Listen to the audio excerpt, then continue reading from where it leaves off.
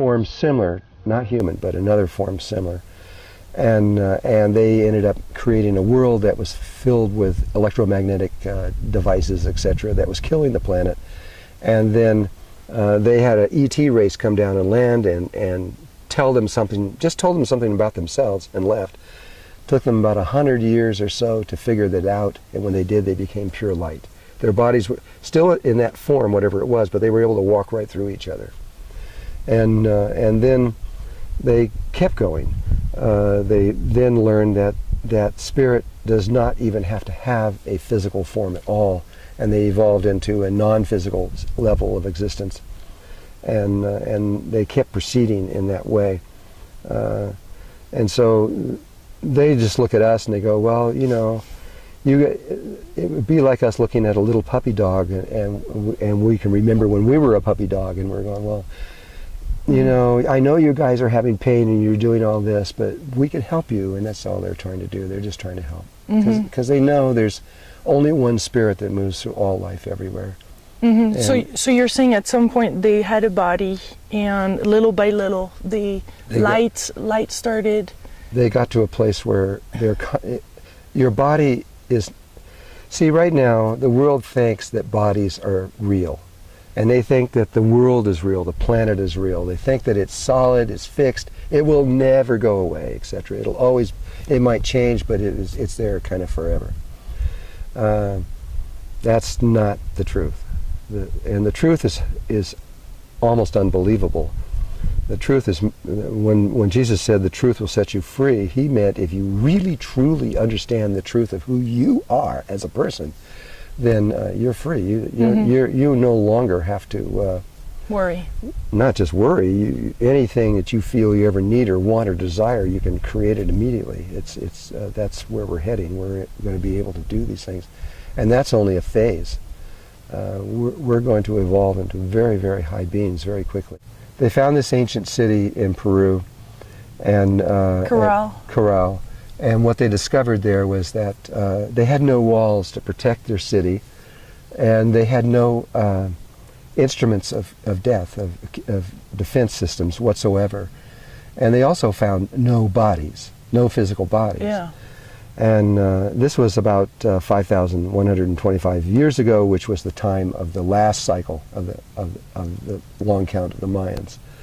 And so we entered into a new age at that time. That age, evidently, before that time was where we were nonviolent, which is evidenced by that city, and we probably were understanding the relationship of consciously dying, which means you bring your body with you.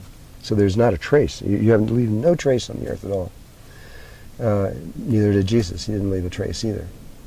And so, but we now are in this new cycle, which we're about ready to leave, which is a very violent cycle. This is incredibly, I mean, there's been wars after wars after war ever since then, defense systems. But we are about to go into a completely nonviolent cycle, which in this particular case is never going to revert back again. This is it. This is the last time. We are going to pass in, I just mentioned that we would 2,000 years in the future have to pass through another level of chaos. That's what would happen, but there is something else going on in the world that the indigenous people are not, they don't understand it. But the universe itself is about to, is all these cycles that are coming to an end that the Mayans are talking about. The precession of the equinox, the long count, a whole bunch of them are all hitting all at once on December 21st, 2012. But during that same period or a window of time that the Mayans talk about, which is a few years on either side, there is another cycle that is ending that is huge. It is as big as is possible. It is the beginning and end of this universe. This universe, all that we know of it, will not exist very soon. I know science is going to say, a bunch of garbage, but they will see, they will know and understand. It will not be here anymore. We are about to transcend into another level of existence, and we're going to go up very rapidly. All of humankind, along with everybody else, everywhere else, is all going to move upward, upward, upward to this level, which is called the 144th dimensional level, And from there, we're going to make a step over into the 145th, which is a big deal. And once we get there, this universe will disappear. We will be into a brand new universe that we've never experienced before. And we will be babies like crazy. We will not understand anything in the beginning, but we will be totally protected. And we will move. We will not have bodies. We will be pure spirit.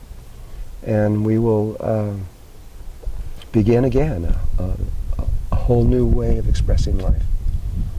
And I'm excited about this, because in the universe, though, I have memory that goes back a long ways. How far? Before this universe. More than the 16, 17 billion years that they're talking about, I can remember before that.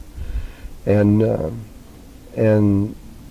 we are that was the universe that's before this one. So you see the octaves of universes, there's an octave before us, there's an octave after, and it goes on forever and ever in both directions, and nobody I know has ever experienced that. Melchizedek has not experienced that. We know this universe very well, we know the last one very well, and we're just beginning to understand the next one. We're really just babies ourselves. But so there aren't very many new things in the universe. Almost anything that's ever happened has happened before somewhere else. Yeah, but for us it's really new. For you it's new, but for me this is not new. And it's all okay. But what's about to happen on this change where we're going for the new universe, this is new. The reason it's new is because I'll just tell you something. The reason that the population is rising so high, and the reason there are so many ETs here right now, there are over 250,000 cultures here. The United States only knows about 56 of them. There's a lot of them here. And they're all here because they're watching the human race of what's going on, because something's going on in the human race that has never, ever been seen before anywhere, ever. This has never happened before, and it has to do with evolution, or speed of growth of how we evolve. And we can't tell how fast we're evolving. We think that our life is just totally normal and natural, that this is all just the way it is. This is not the way it is. 100 years ago, we were walking around on horses, or maybe 110 years ago, we were on horses. The idea of going to the moon was inconceivable, totally inconceivable. The idea that you could pick up a little thing called a cell phone and hold it up to your ear and talk to anybody on the planet, come on, that was just like not even in our imagination. The level that we have arrived at in a very short amount of time normally takes a very long amount of time. And so what's happening with us is we're going really fast, and we think that these steps are normal. Over the next 5 years, we're going to go so fast that we're going to become something that at this moment we can't even imagine it. We can't even believe it, let alone imagine it. Can you? Yeah, I know exactly what we're going to do. And once you get there, then you have been there before, but you will not. Once you get there, you go, oh yeah, I remember. But that's only the first step. We're going to begin to evolve very, very, very fast. When we get into the fourth dimensional level and we complete that, that's usually hundreds of thousands of years. We're going to complete the fourth dimension totally, finish it, and be gone in 2 years. And then we're really going to go fast, and we're going to start moving through these levels in ways that no one's ever seen before. And that's why everybody everywhere is just so fixed on this little grain of sand out in the middle of nowhere, because God has chosen us for some reason, and I know the Christians and Jews and Muslims will go crazy over that one, but it is not for the reasons they think. It actually has nothing to do with that. It has to do with something else that I can't even get into right now. But we are, this place is going to be the point that this new evolution is going to happen. And everybody knows it's going to affect them, because this rapid evolution that we're in is going to hit everyone. Now that one place has happened, it's going to happen everywhere. But already some people are having a really hard time right now. Some people are. I know, it's difficult. Everything is collapsing. That's right. The only thing you can do is you just have to really stay in your heart, stay connected inside of yourself, and you got to feel the connection between you and God and all life everywhere. Every person on earth has a sacred and intimate connection with God and everything that exists. And we've forgotten that. We think we're just an ordinary old human being and we're nothing. Well, we're not nothing. We're something important. We're something very special. But you could say that about any life form. But really, we are special. We're important. And if we connect, if we remember who we are, if we can remember who Lilu is and who Drunvalo is and who each person in the world can remember, then there is a very simple remedy to all of this. And when we get deeper into this, I'll explain what that is. How deep do you want to go? Yes. Don't we all want to hear this? Yeah, we're all like, go for it, Drunvalo, come on. Okay. Bring the juice. Okay. Well, inside of our body, like I started to talk about before, is an instrument. It's a sacred and holy temple. And we contain within us very powerful, amazingly powerful aspects when they are put together. We can do anything once the Spirit knows how to use the body. I mean, there's nothing you can't do. You could create a planet. You can create a galaxy, literally. I'm not saying maybe or you could. You can. You could do anything, and that's nothing compared to what's possible, just when Spirit is fully aligned with the body. And the part of the body that is the most important part, beyond any doubt whatsoever, is the heart, far greater than the brain. And I can prove that. All right.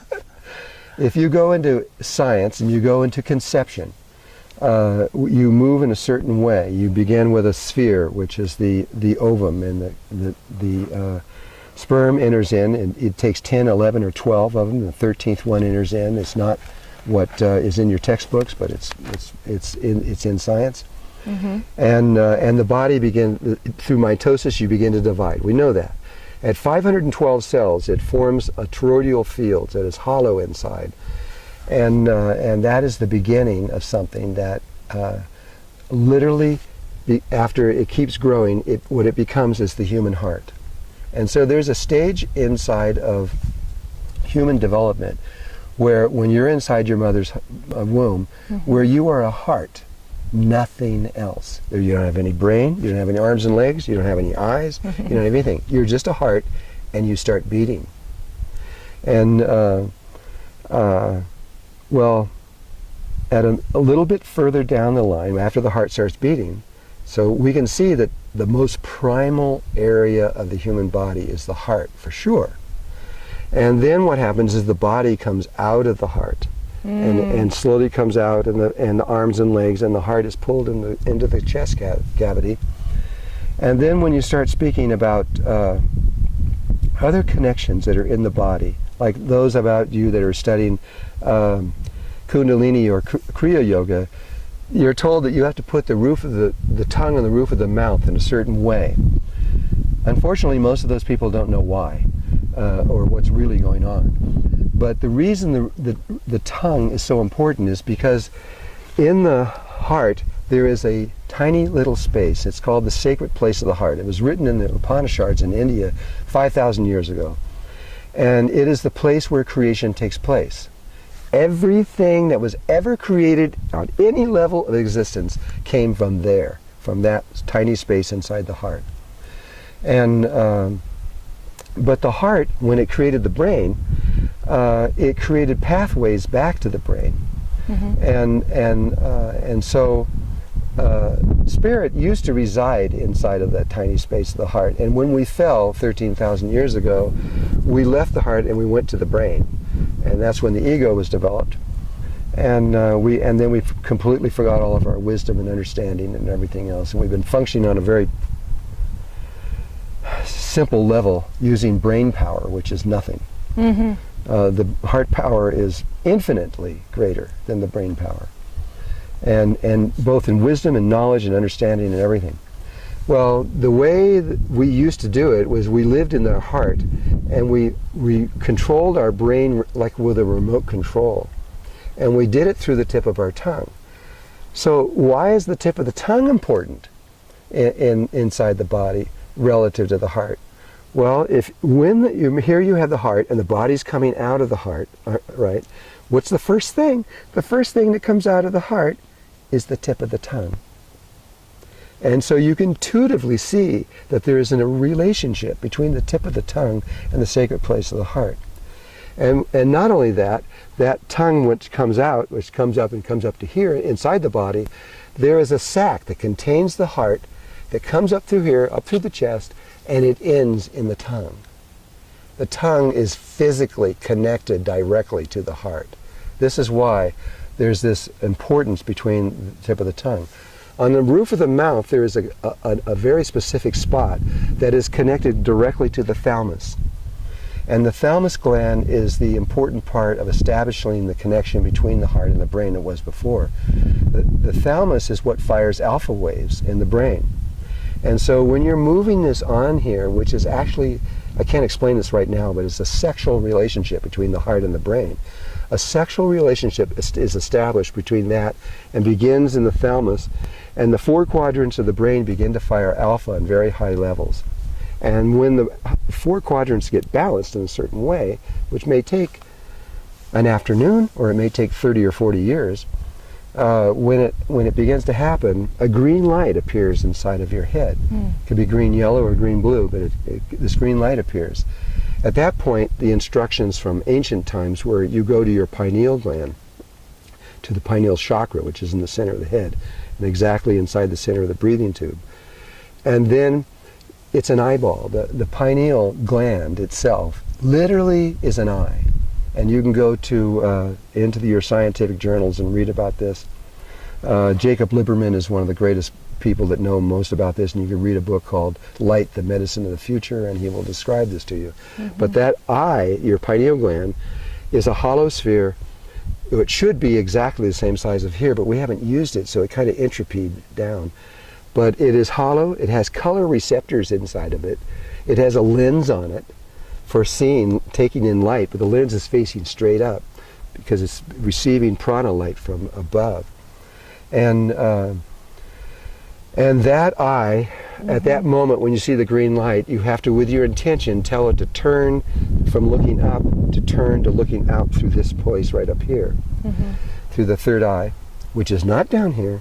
If you put the tip of your nose and the tip of your chin and move it up like that, that shows you exactly where your third eye exits. Much higher than most people say. Yeah, it's way up. It's right here. That is your third eye, not down here. It's right there. It's almost in a triangle. And you then turn the eye to look out, and you look at the pituitary chakra, which is sitting right in front of that spot right there. And then what happens is that green light turns into a spiral, in most cases goes and locks with that chakra. You can see it happen. It blows your mind when you see it happen. Sometimes it turns into concentric circles and does that. And there's a few other rare ways, but 99% of the time it becomes a spiral and goes in and links in. And you feel it. And then there's another chakra out here in space, out in front of you, right out here, to another gland that's in your head. And you link those three together. When you do, these 8 beams of light come out of your head. They link to a sphere of light around your head. You glow in the dark, and science has photographed this. You can actually, I can link you with the people that can prove this. You actually, you get a halo around your head, just like Jesus had. And you are now, your third eye is open. And you are now on that in-between place between human consciousness and the next level of consciousness. And At that point, you have two ways of going, and we have usually chosen the first way, which is you use your brain to look through that place. And when you do, you become really psychic. You can know things, you can do things, you can float things around a room, you can put your hands through walls, you can do all kinds of things. But and you can create anything. But we don't recommend you do that because the brain has no wisdom, and it's a polarized instrument. It has half male, half female, and anything you create from there will be polarized. You will get what you want, but you will also get exactly what you don't want. And on the same intensity. And so there is another way of creating from the heart. And so that way has to do with you link not from the brain, but you have the heart see out through the third eye. And when you do, a sixth sense, literally, another sense of human possibilities appears, and you are able to see the outer world in a way that is very ancient, and you can look at anything and know things in ways that you would never know by looking from the brain. And it is that point that is the opening point between us being able to see angels, see the plasma beings, and be able to begin to get into the flow and of the remembrance of who we really are. Because when we see it that way, in our heart space, in our sacred space of our heart, we have recorded everything. We have the Akashic records of the universe. We have our own personal Akashic records of where we came from before here and everything else. And when you're in that state, you can just remember anything and everything. You know anything. Anything you want to know, you just put your attention on it and your intention that you know, and all the memories come back. And so it's... Thank you for that trip. Well, this is the most important information in existence for human beings right now.